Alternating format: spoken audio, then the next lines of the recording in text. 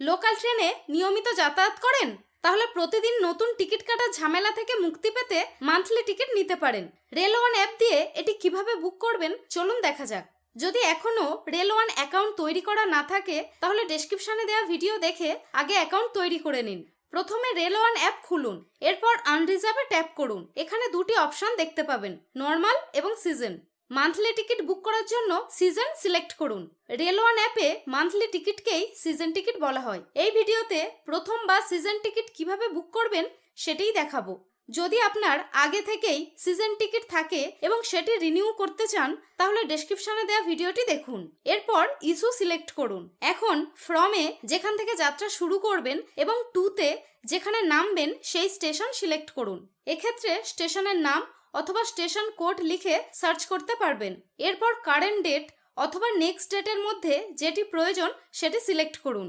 আজ থেকেই season ticket চালু করতে চাইলে কারেন্ট ডেট সিলেক্ট করুন, আর আগামী কাল থেকে চালু করতে চাইলে নেক্সট ডেট সিলেক্ট করুন। এরপর প্রসিড টু বুকে ট্যাপ করুন।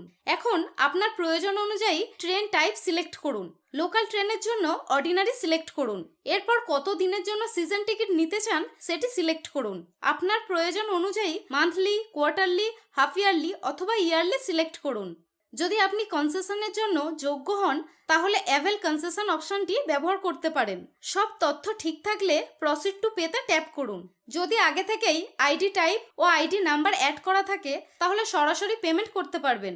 আর যদি এই ধরনের মেসেজ আসে তাহলে চিন্তার কিছু নেই, ওকেতে ট্যাপ করুন। এরপর অ্যাড আইডিতে ট্যাপ করে একটি পরিচয়পত্র সিলেক্ট করুন এবং ওই আইডি নাম্বার লিখে সাবমিট করে দিন। আইডি একবার অ্যাড করে দিলে পরে আর অ্যাড করতে হবে না।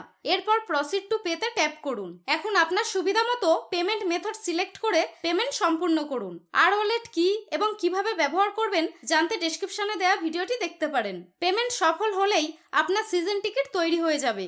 যাত্রার সময় টিকিট অবশ্যই যে মোবাইল থেকে কেটেছেন সেই মোবাইলের মাই বুকিংস অপশন থেকে দেখাবেন। সঙ্গে অবশ্যই আইডি কার্ডটি রাখবেন।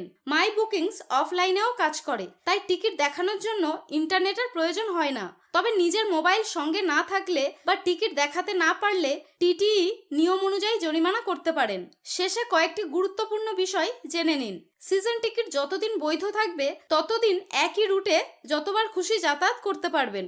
আলাদা করে নতুন টিকিট কাটতে হবে না। টিকিট কাটার সময় যদি টাকা কেটে যায় কিন্তু টিকিট তৈরি না হয় তাহলে সাধারণত 7 দিনের মধ্যে টাকা আপনার ব্যাংক অ্যাকাউন্টে ফেরত চলে আসে।